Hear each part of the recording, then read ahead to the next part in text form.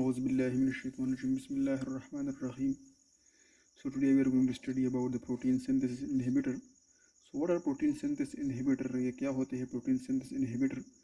तो protein synthesis inhibitor like cell wall inhibitors antibiotics है. It is a type of antibiotic used to stop the growth or to kill the bacteria. जिस तरह हमने पूरा lecture record कराया था cell wall inhibitor के बारे में, इसी तरह इसमें जो मुख्तलिफ टाइप्स ऑफ ग्रुप्स है पेनिसिलिन और सेफलोस्पोरिन के बारे में, तो इस तरह आज हम प्रोटीन सिंथेसिस इनहिबिटर के बारे में पढ़ेंगे। लेकिन सबसे पहले उसके मैकेनिज्म ऑफ एक्शन, किस तरह protein synthesis inhibitor prevent the growth और किल द बैक्टीरिया, तो आज हम ये पढ़ेंगे। लेकिन इससे पहले कि हम प्रोटीन सिंथेसिस इनहिबिटर के बारे में पढ़ें, हमें जानना चाहिए कि प्रोटीन सिंथेसिस होती किस तरह है। तो प्रोटीन सिंथेसिस में 3 टाइप्स होते हैं। DNA replication in which DNA is formed. The second one is the transcription in which messenger RNA is formed from their DNA. The third one is the translation in which this messenger RNA is translated into the required protein. ये messenger RNA with the help of organelle called ribosomes इस protein में required protein में convert हो जाता है। अब ribosomes क्या होते हैं? तो राइबोसोम एक ऑर्गेनेली है जो प्रोटीन सिंथेसिस में हेल्प करता है, which consist of proteins in ribosomal RNA. And the important point to be noted that this ribosomal RNA has the catalytic activity, not the proteins. This ribosomal RNA which is a part of ribosome has catalytic activity instead of the proteins. So it is an important point. Coming back towards the ribosome, the bacteria consists of 17 S ribosomes. The S is the sedimentation rate, or it is the unit of centrifugation. So bacteria consists of 70 S ribosome, which is further divided into 2 subunits. The first one is the 50 subunit, the second one is the 30 subunit. Now, the 50 subunit consists of 5S ribosomal RNA and 23S ribosomal RNA and a lot of proteins. Same is the case with the 30S, which consists of 16 ribosomal RNA and a lot of proteins. Coming towards its function, so the 23S ribosomal RNA has peptide transferase activity, which helps in the formation of peptide bond between the already present amino acid and the incoming amino acids, so protein is formed. Now the 30S ribosome has 16 ribosomal RNA, which has decoding function. What is decoding function? It is the binding of complementary tRNA anti-codon to codon in messenger RNA.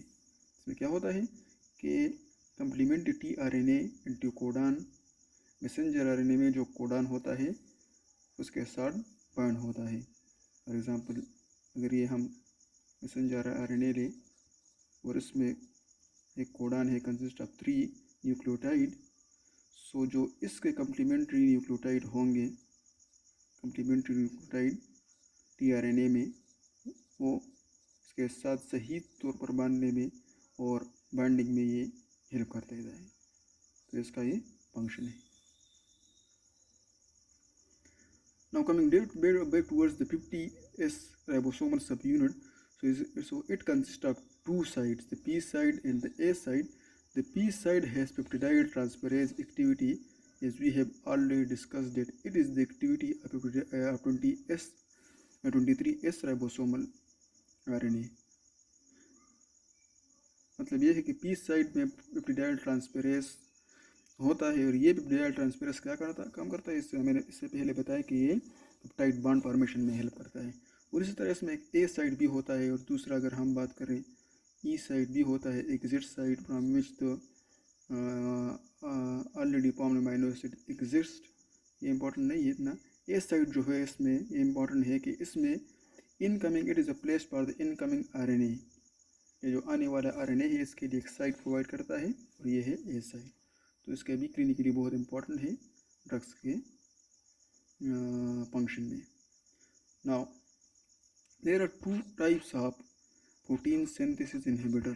protein synthesis inhibitor, and it depends upon the subunit it inhibits. So we have already discussed that ribosome में जो है 2 types of subunit होते हैं, 50 Schwartzberg और 30 Schwartzberg. So जो 50 Schwartzberg को inhibit करते हैं, कुछ 30 Schwartzberg को इनहिबिट करते हैं. तो जो 50 Schwartzberg के राइबोसोमल सबयूनिट को इनहिबिट करते हैं वो ये है.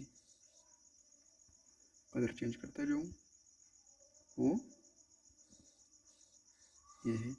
उसमें क्या क्या होते हैं, कौन कौन से ड्रग्स के ग्रुप्स आते हैं, macrolides, chloramphenicol, lincosamide, streptogramin, oxazolidinons.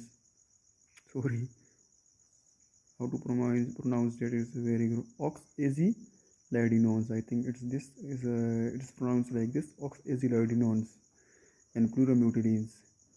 The drugs which inhibit the 30S subunit consist of aminoglycosides, pectinomycin, and tetracycline.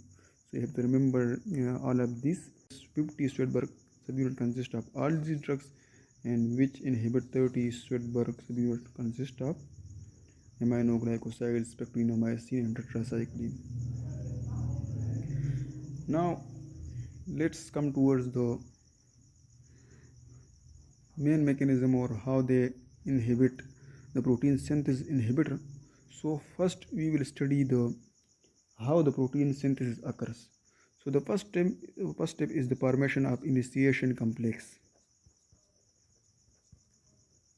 Initiation complex. What is initiation complex? It is a complex consisting of 30S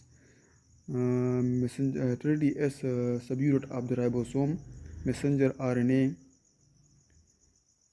tRNA, which consists of formyl methionine, and the formyl methionine, which is the starting amino acids in every protein in the bacteria. Now this initiation complex bind with the 50S ribosomal subunit consisting of two sites, as we have already discussed, the P site and the A site, and form a 70S ribosome, which is a complete ribosome. Now as the 70S ribosome is formed, now keep in mind that this aminoglycoside, the first drug which we will inhibit the formation of this initiation complex. Inhibit the formation of this initiation complex. It is one mechanism by which it stops protein synthesis. And when this initiation complex formation is stopped, जब ये रुक जाता है तो क्या होता है कि 70S राइबोसोम नहीं बनेगा, इसी तरह प्रोटीन की सिंथेसिस नहीं होगी.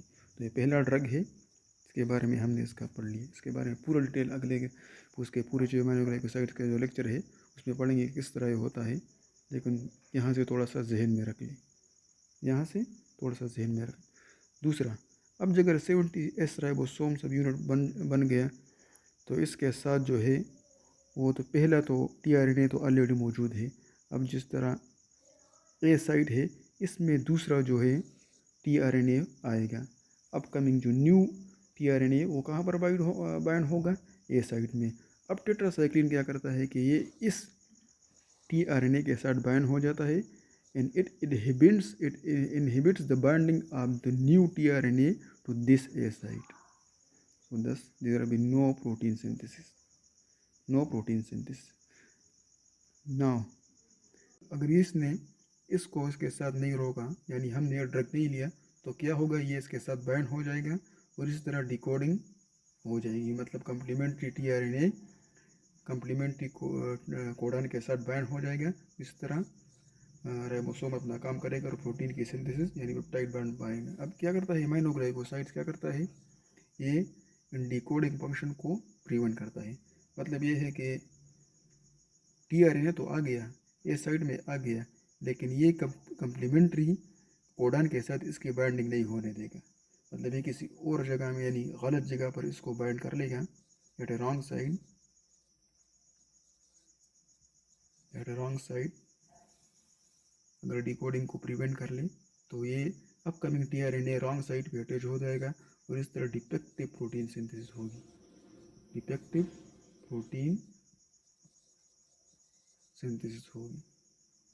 अब डिकोडिंग भी हो गई, अमीनोग्लाइकोसाइड्स ने अपना काम नहीं किया, नहीं है, हमने यह ड्रग नहीं लिया, तो अब क्या होगा कि पेप्टाइड बॉन्ड की फॉर्मेशन होगी पी साइड पर। पेप्टाइड ट्रांसफरेज अपना एक्टिविटी करेगा। तो इस पेप्टाइड बॉन्ड फॉर्मेशन को प्रिवेंट करने के लिए हमारे पास कौन कौन से ड्रग्स हैं?